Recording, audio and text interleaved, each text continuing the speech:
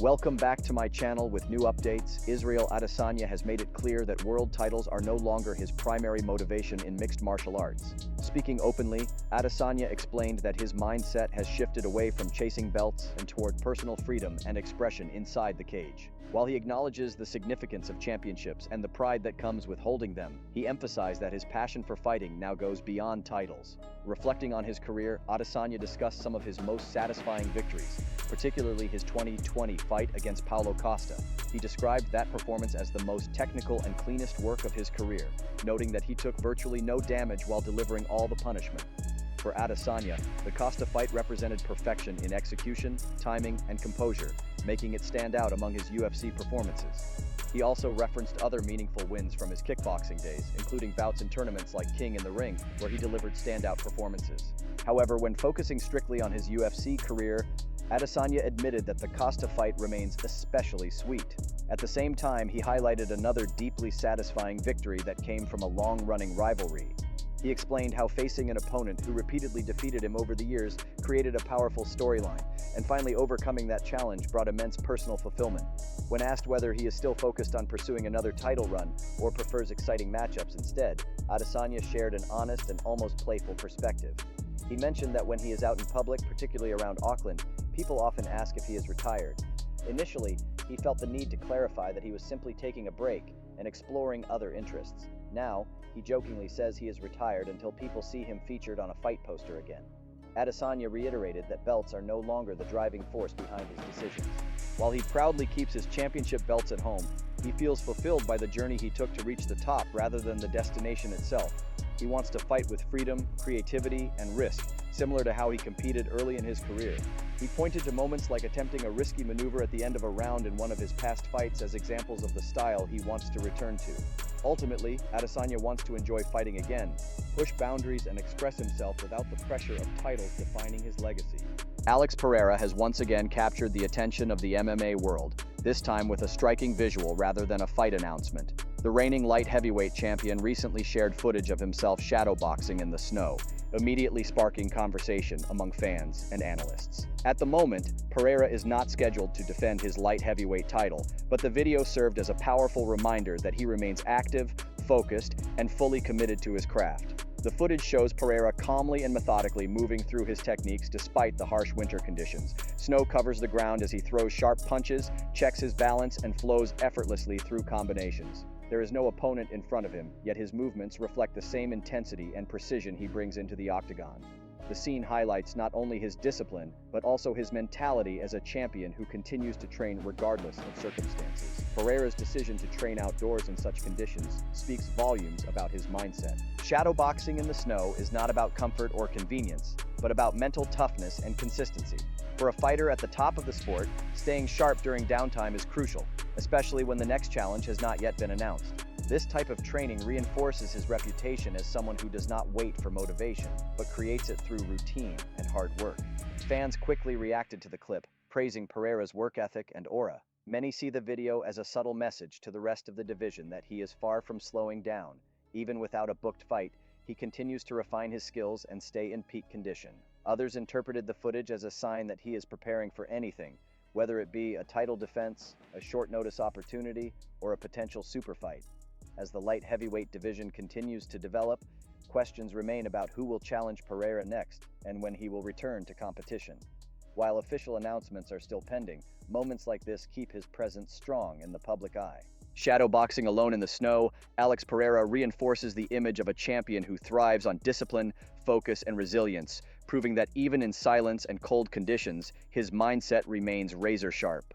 Tom Aspinall recently revealed an interesting and little-known chapter from his early career, explaining that he once turned down a UFC contract in his mid-20s. According to Aspinall, the decision was not based on fear or lack of belief in his ability, but rather on his honest assessment of where he stood in terms of experience.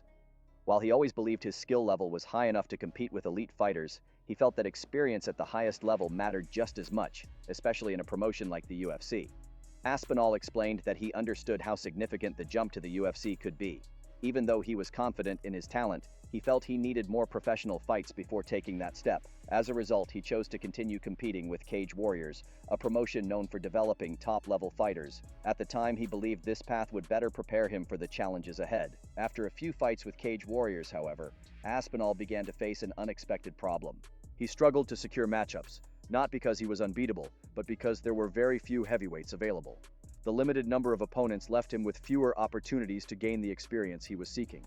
Around the age of 25, with guidance from the people around him, he ultimately decided to accept the UFC contract a few fights later, feeling he had done everything possible to prepare himself.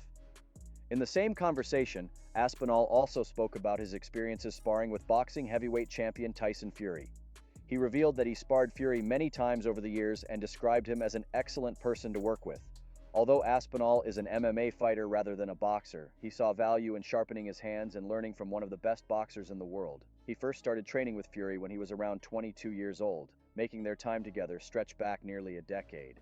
Aspinall described Fury as incredibly strong and physically imposing, noting that Fury is significantly larger than him.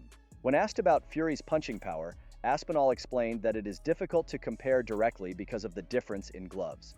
In MMA, fighters compete in much smaller 4-ounce gloves, while boxing uses much heavier gloves.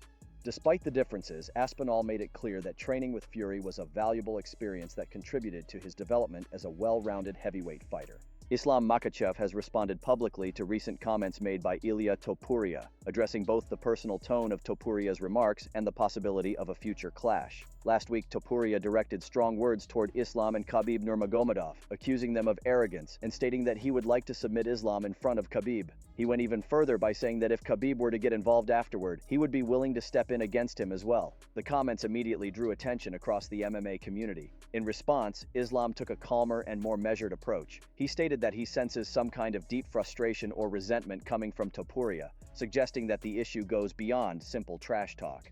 According to Islam, this tension could be resolved either before a potential fight or at some point in the future inside the cage. He noted that Topuria appears to be on a break at the moment, but emphasized that if their paths cross competitively, everything will be settled there. Islam added that Topuria seems unhappy about something, and that understanding the root of that frustration might explain his recent behavior. Islam also offered an honest technical comparison between Ilia Topuria and Conor McGregor. He acknowledged that when it comes to pure power, Topuria may possess more raw force. However, Islam made it clear that he believes McGregor was superior as a counter-striker. He praised McGregor's timing, patience, and ability to draw opponents into mistakes before landing precise left-hand counters. According to Islam, McGregor's sense of distance and timing was on a completely different level and remains one of the best examples of counter-striking in the sport. In addition to addressing Topuria, Islam discussed his own future and when fans can expect him to return. He revealed that the UFC offered him a fight in January, but he turned it down. Islam explained that January was not a realistic option because he had already been in training camp for several months and did not have enough time to properly prepare. He made it clear that he refused to compete under those circumstances. Looking ahead, Islam said he would prefer to return after Ramadan, potentially in April, May, or June. He also mentioned that if the UFC wanted to schedule a major event at the White House, he would be willing to wait. As for the proposed January opponent, Islam said no name was officially given, but he believes it may have been Michael Morales rather than Kamaru Usman. He stressed that this was only his personal assumption and that neither he nor his manager knows for certain. Quinton "Rampage" Jackson has addressed recent rumors circulating online regarding his son Raja, firmly denying claims that Raja was ever jailed following an alleged assault incident. Speaking candidly, Rampage expressed frustration over what he described as false stories spreading rapidly without any factual basis. According to him, the situation has been widely misunderstood and exaggerated, leading to unnecessary speculation and misinformation. Rampage clarified that despite rumors suggesting Raja had been arrested and spent time behind bars, that was simply not true. He emphasized that his son did not spend a single night in jail.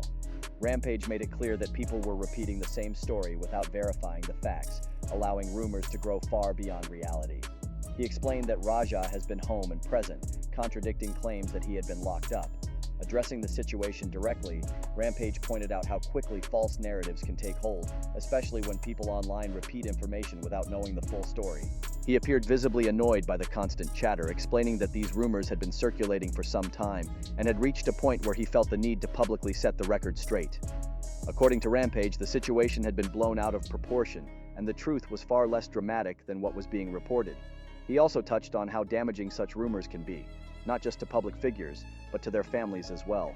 Rampage suggested that people often forget there are real individuals affected by careless speculation. In his view, spreading unverified claims about someone going to jail can have serious personal consequences, especially when those claims are false. Rampage's response was direct and unapologetic. He made it clear that Raja has been back and living his life normally, despite what many online sources were claiming. He reiterated that there was never a point where his son was incarcerated, and he dismissed the ongoing rumors as nothing more than baseless talk. By addressing the issue publicly, Rampage aimed to put an end to the speculation once and for all. He urged people to stop believing everything they hear and to be more responsible when sharing information. Ultimately, his message was simple and firm. The rumors about Raja being in jail are false, and there is no truth to the claims circulating online.